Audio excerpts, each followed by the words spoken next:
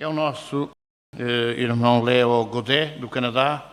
Ele está ligado ao movimento do Quebec, ao movimento espírita do Quebec, e vai nos falar sobre o homem e a sua evolução espiritual.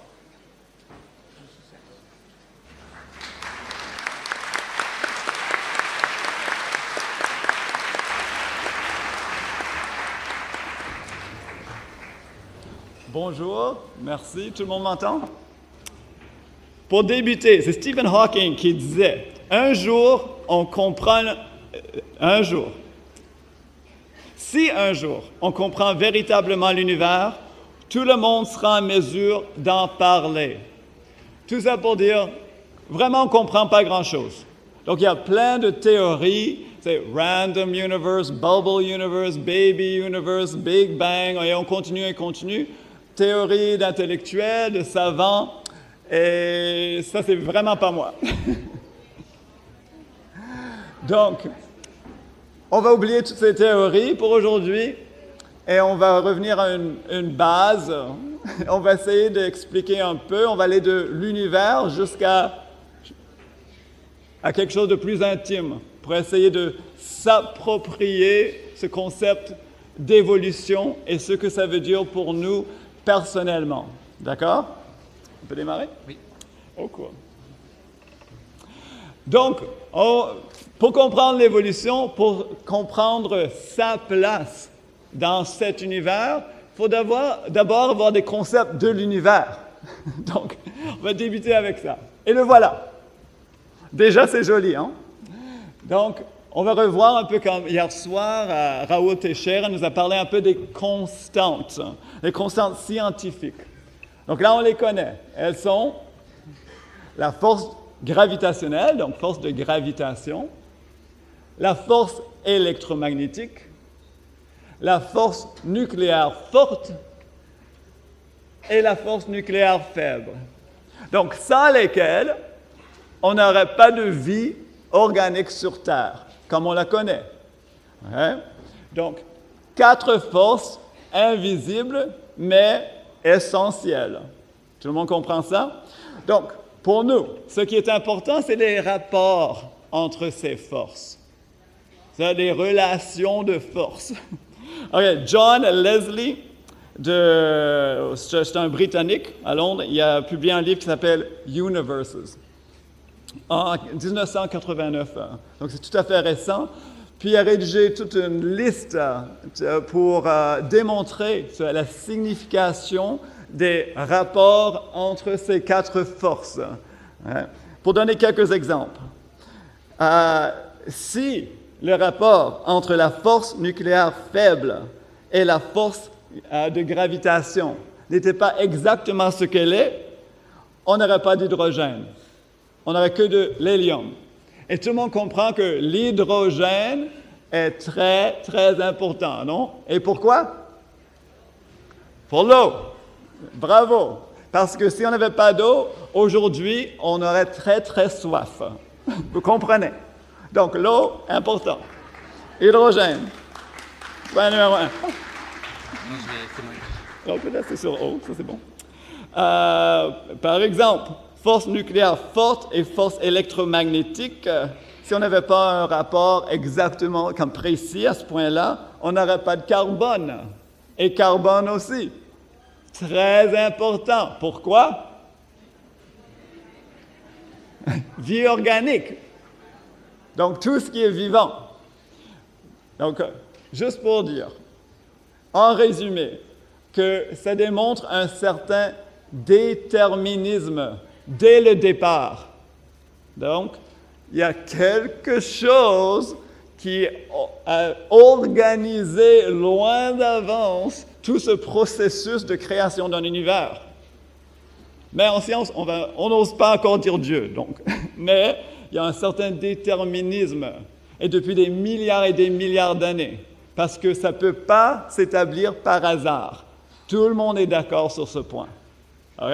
On regarde ça très simple. Donc, on continue là vers la Terre. On a quitté les astres, on revient sur Terre, on se localise un peu. La voilà, elle est toute bleue, toute belle. Et bleue pourquoi? Parce qu'on a beaucoup d'eau, heureusement. Et à cause des particularités de l'hydrogène, on arrive à créer ça. Et c'est un mystère, parce qu'on n'arrive pas à comprendre pourquoi l'eau en état solide flotte. Parce qu'en principe, il devrait caler. Mais s'il calait, les océans gèleraient du fond vers le haut et la Terre serait toujours couverte de glace. Donc, ce serait super pénible pour les Brésiliens, facile pour les Québécois parce que notre Terre est presque toujours couverte de glace. Donc, on aurait un monde de Québécois. Ce serait vraiment un peu fâcheux. Donc, grâce à cette prévision de Dieu, on a pu créer les plages de Ipanema. Okay.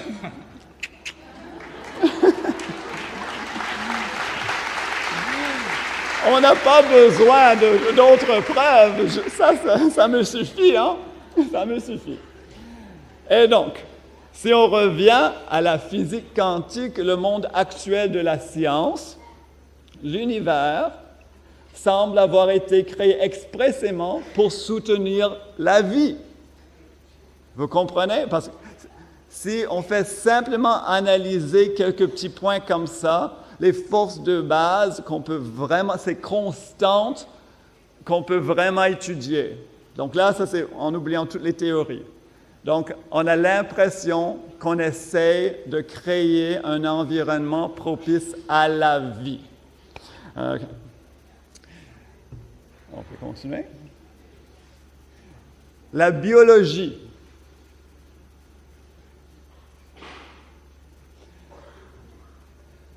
Encore très, très compliqué. Donc, le plus important, il faut comprendre qu'on cherche à comprendre. La biologie aujourd'hui vit une grande crise parce que depuis l'ère d'Héraclite d'Éphèse, où on avait constaté que tout se transforme et rien ne se perd, on a quand même créé quelques concepts importants. Tu vois, à travers les siècles, et surtout dans le dernier. Donc, avec Linus, Leclerc, Lamarck qui a inventé, si on veut, la biologie, qui a introduit les théories de génération spontanée et transformisme que Darwin ensuite a repris. Et Darwin, comme tout le monde connaît, je crois, avec l'origine des espèces, la sélection naturelle, Wallace Fouillé, l'évolutionnisme des idées forces, l'élan vital de Bergson, les mutations de De Vries. Donc, beaucoup de concepts où on essaie de comprendre ce qui pousse à l'évolution. On essaie de comprendre, est-ce que c'est un processus mécanique, quelque chose de matériel, ou autre chose. Donc, avec Bergson, par exemple, cet élan vital, on essaie et Chardin, Teilhard de Chardin, on essaie de créer ou appuyer une idée qu'il y a autre chose, un effet transcendantal, un effet psychique à l'évolution qu'on n'arrive pas à comprendre. Et c'est ça, actuellement, la crise qu'on vit en biologie. Comme en physique quantique, on est dans une période de transformation parce que les scientifiques ne comprennent plus. Le matérialisme ne marche plus. En physique, un matérialiste qui étudie la matière, mais quand on arrive à l'atome et ses pièces disjointes, la matière n'agit plus comme de la matière. Donc, un matérialiste se défait. Il est dématérialisé. Puis nous, on peut comprendre ça. Comme spirit. Donc, le biologiste qui a étudié Darwin, mais aujourd'hui, il est vraiment pris au dépourvu parce que qu'est-ce qui arrive? On a l'impression que c'est un processus mécanique, mais aujourd'hui, on a eu le temps d'étudier vraiment les fouilles archéologiques, les fossiles. Et ce qu'on a réalisé, c'est que les populations, en général, sont stables. Une population va développer jusqu'à un certain point et après ça va se transformer pour peut-être changer de direction. Tu vois? Donc, ça n'a aucun sens au point de vue mécanistique. Hey, tout le monde me suit? Donc, ça donne l'idée qu'il y a une grande main invisible qui dirige. Mais comment? Pour la science, on n'arrive pas à comprendre ça et on a vraiment beaucoup de misère à accepter ça. Donc encore, quand on parle de changement de paradigme, on est en train de transformer les sciences. Donc aujourd'hui, c'est vraiment très intéressant de s'impliquer et d'étudier parce que comme spirit, on apporte une perspective vraiment très intéressante. On va parler de ça plus tard. Okay. Fritjof Capra, c'est un de nos grands intellectuels connus mondialement. Et puis dans plusieurs de ses publications, lui, ce qu'il nous dit, c'est que l'évolution est une constante augmentation ou amélioration. On va augmenter la complexité, ça c'est dans l'organisme et aussi dans une population, la coordination, donc les interdépendances. Donc ça fait penser aux lois de charité, de fraternité de Jésus. Interdépendance dans le sens à plusieurs niveaux aussi. Donc, dans une telle population en évolution, il y a plus de correspondance et d'interdépendance et c'est plus large. OK? Ça va comme ça? Mais dans ce modèle, il parle aussi de l'importance de l'autonomie, le libre arbitre et le déterminisme. Et cet homme n'est pas spirit. Donc c'est une surprise parce que son vocabulaire est de plus en plus spirit. Et on continue. Là, un livre qui vient d'apparaître en Amérique, je crois qu'on ne l'a pas encore en français, c'est God, the Evidence. The Reconciliation of Faith and Reason in a Post-Secular World, de Patrick Glynn. Puis, c'est un livre qui vraiment parle de cette crise qu'on est en train de vivre dans la science, la philosophie, la médecine, puis essaie de comprendre finalement, du point de vue d'un matérialiste qui est en train de se transformer pour mieux comprendre. Puis lui, ce qu'il dit, c'est la raison conduit le monde postmoderne vers Dieu. Parce que dans tous les domaines qu'il essaie d'étudier, il réalise qu'un monde sans Dieu n'a plus aucun sens. Ça, ce n'était pas le cas il y a 20 ans. Il y a 20 ans, on parlait toujours cette idée « God is dead » en Amérique. C'était toujours populaire. Il y a 20 ans. comme ça change rapidement. Aujourd'hui, Dieu prévaut partout. Dans toutes les sciences, il y a ce soupçon, cette idée, cette crainte. Oh mon Dieu, est-ce qu'on a oublié Dieu? Donc, il parle aussi d'un aspect que je trouve très intéressant, le faith factor, facteur de la foi de la personne. Et ça, d'après vraiment beaucoup d'études des grandes écoles américaines, ils ont étudié l'importance de la foi religieuse ou d'un aspect spirituel chez la personne et de leur santé physique en général. Ils ont étudié l'athérosclérose, ils ont étudié toutes les maladies de cœur, hypertension. Puis après ça, les problèmes, les maux sociaux, ils ont étudié le suicide, abus de drogue, la violence, l'alcoolisme. Puis il y avait un lien, mais vraiment étonnant, entre culture spirituelle et tous ces maux et ces maladies.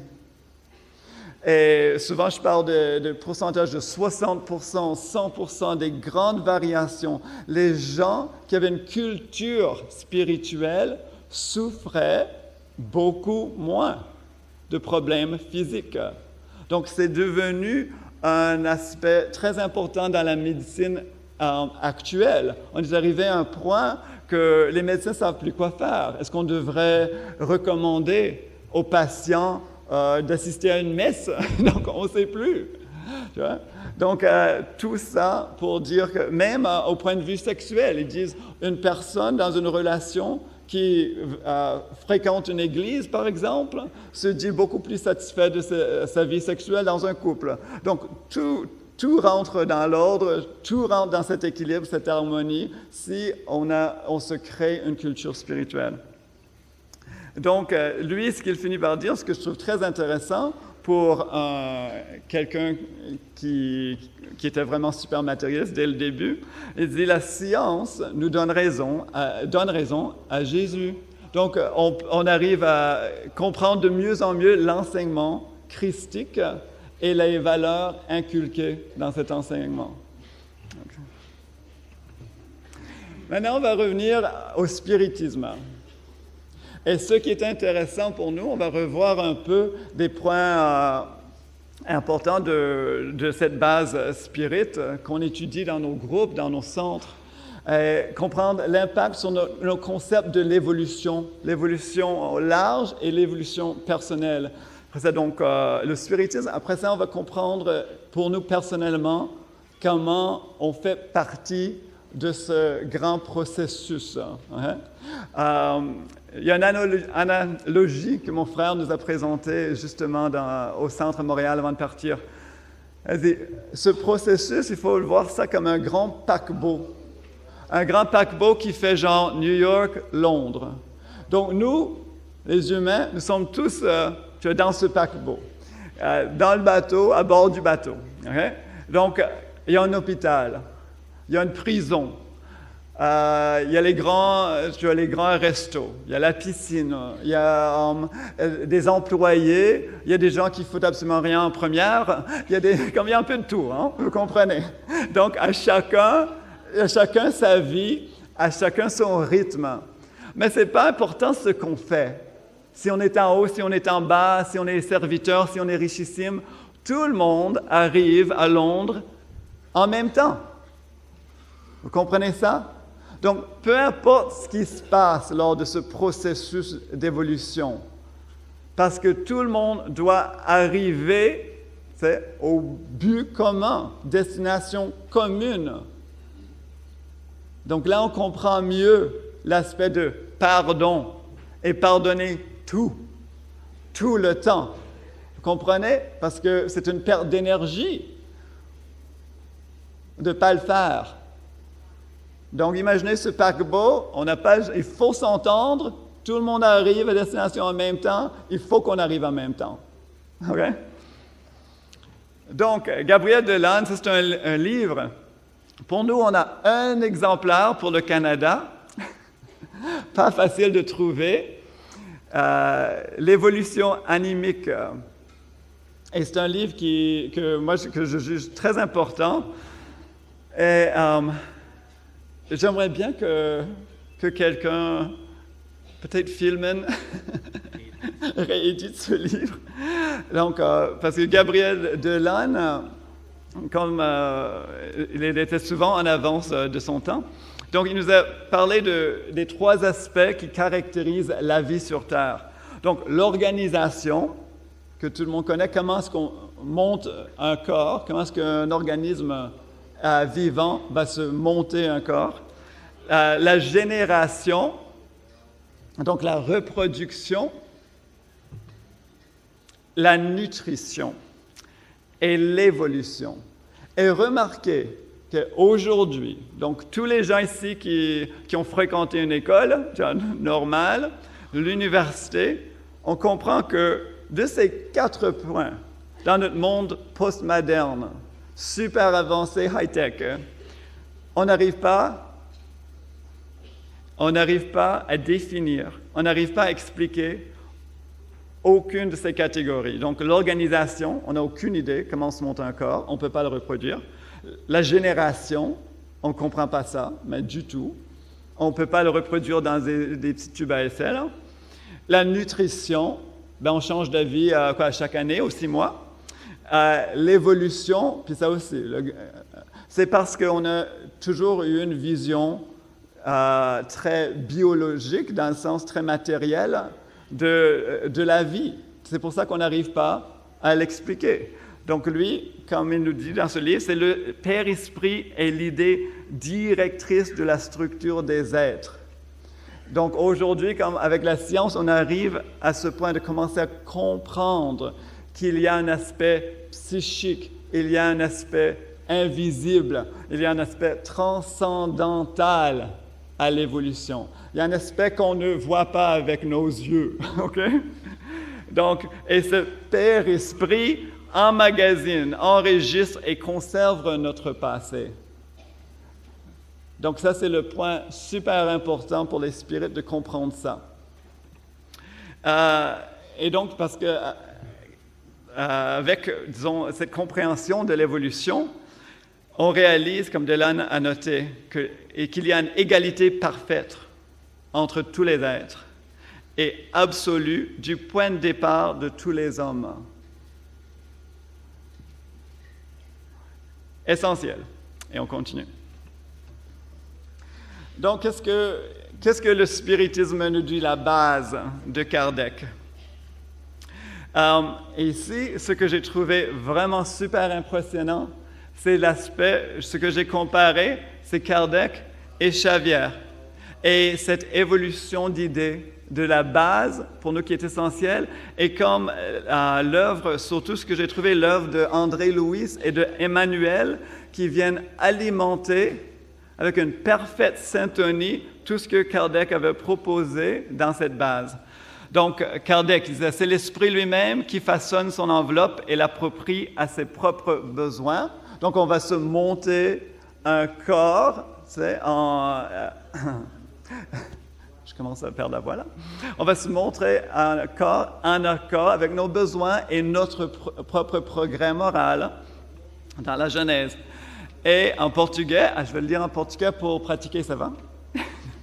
Os espíritos categoricamente superiores, quase sempre em ligação sutil com a mente materna que lhes oferta a guarida, podem plasmar por si mesmos, e não raro, com a colaboração de instrutores da vida maior, o corpo em que continuarão as futuras experiências, interferindo nas essências cromossômicas, com vistas às tarefas que lhes cabem desempenhar.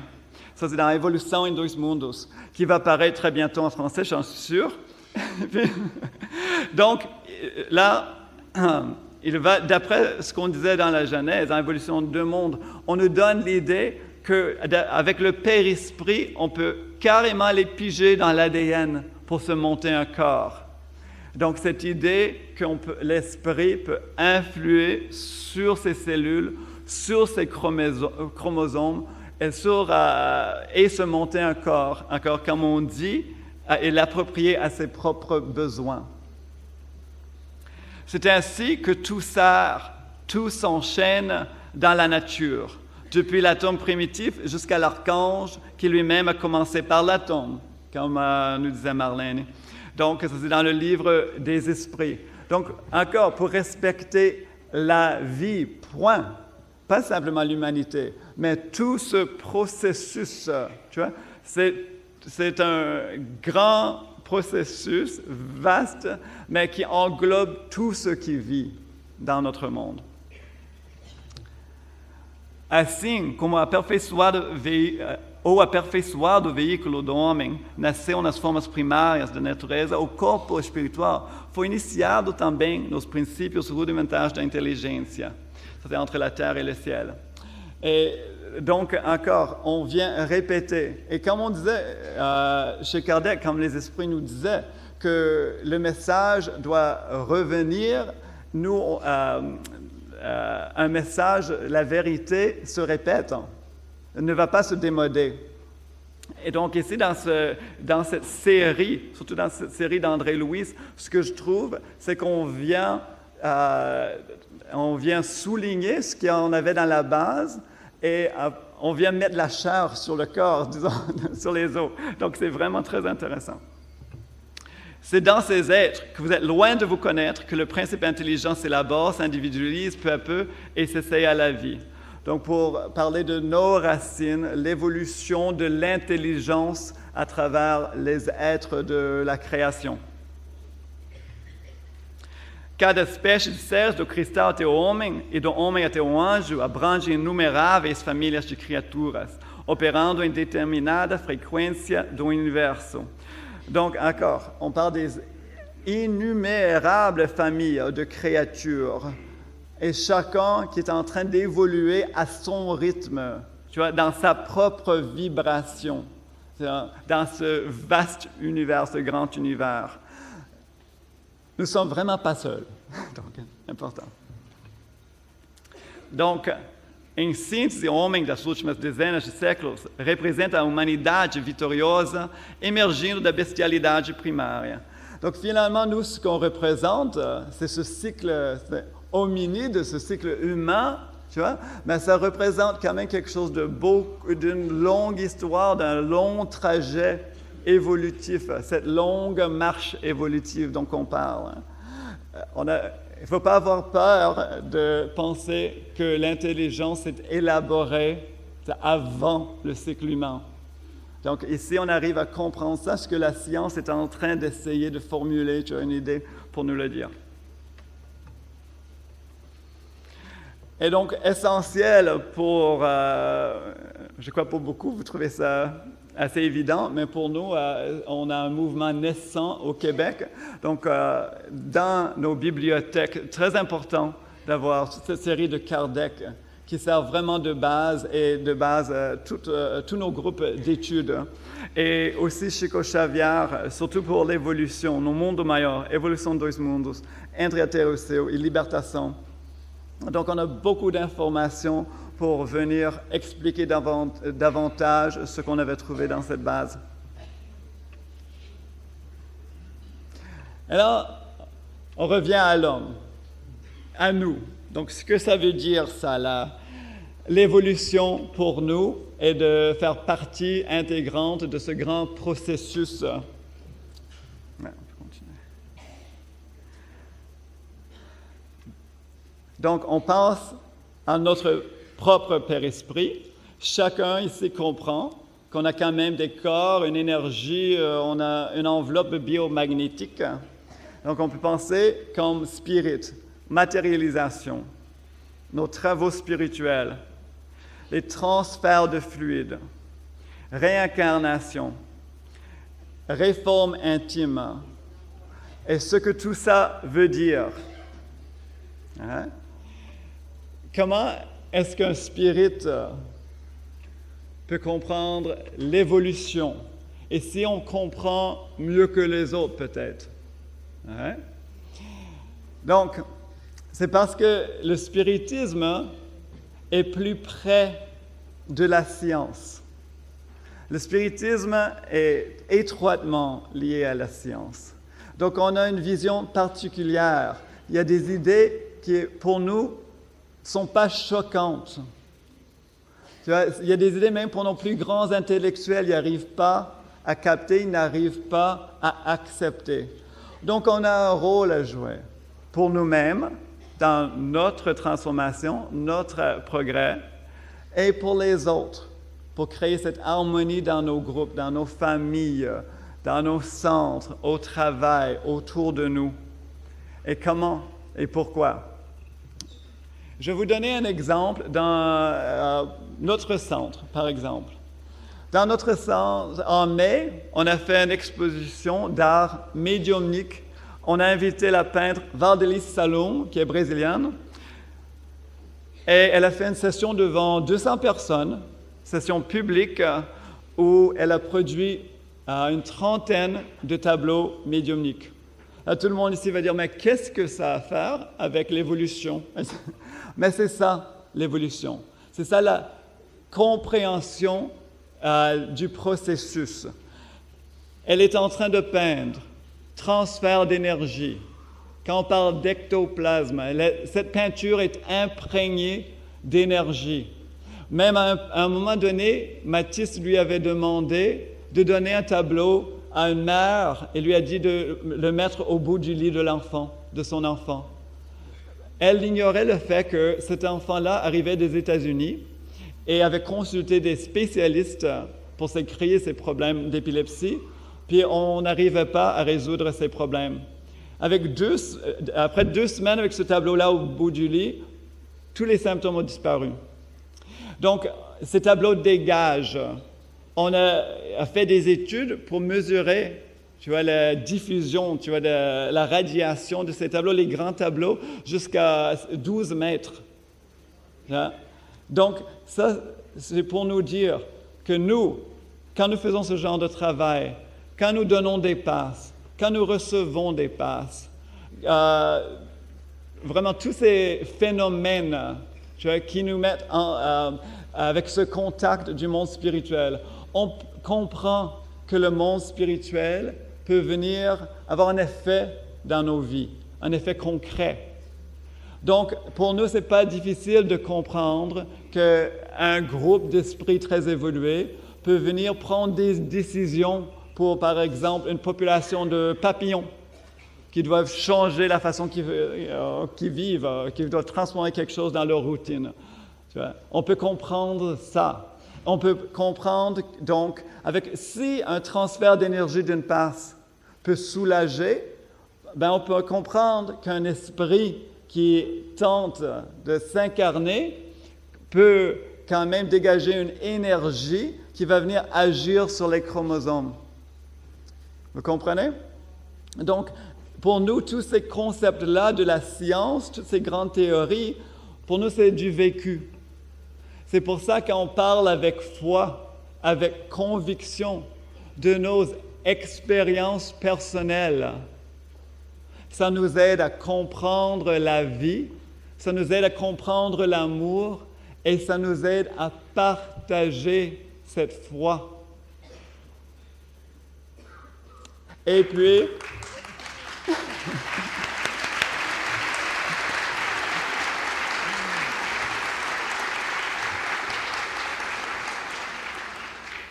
je vais simplement noter que si vous avez des questions, on va les adresser à Marlène. Parce qu'elle est à la retraite, elle a eu le temps de lire tous ses livres et... Il est resté pas à taille. Okay. Et donc, je voulais simplement aussi saluer les efforts des groupes comme l'AME, des groupes... Moi, j'ai pris beaucoup de l'information là pour les diapos. J'ai pris dans ce texte qui s'appelle Père Espiritu de Zimmerman, qui vient d'apparaître au Brésil, qui est superbe. Il y a les efforts de Hernani dans tous ces textes pour créer une vision plus panoramique de la science, pour créer une vision plus transcendantale de la biologie. Marlène et ses efforts pour qu'on comprenne mieux tous les grands enjeux, la bioéthique et tout le reste. Donc, je veux saluer tous ces groupes qui travaillent très fort au Brésil et très fort pour venir nous aider à comprendre. Et voilà, je recommande fortement toutes ces publications. Et ça, c'est notre centre à Montréal. Et on vous invite, quand les Brésiliens aussi, les Français, les Européens, quand vous venez chez nous, vous nous appelez.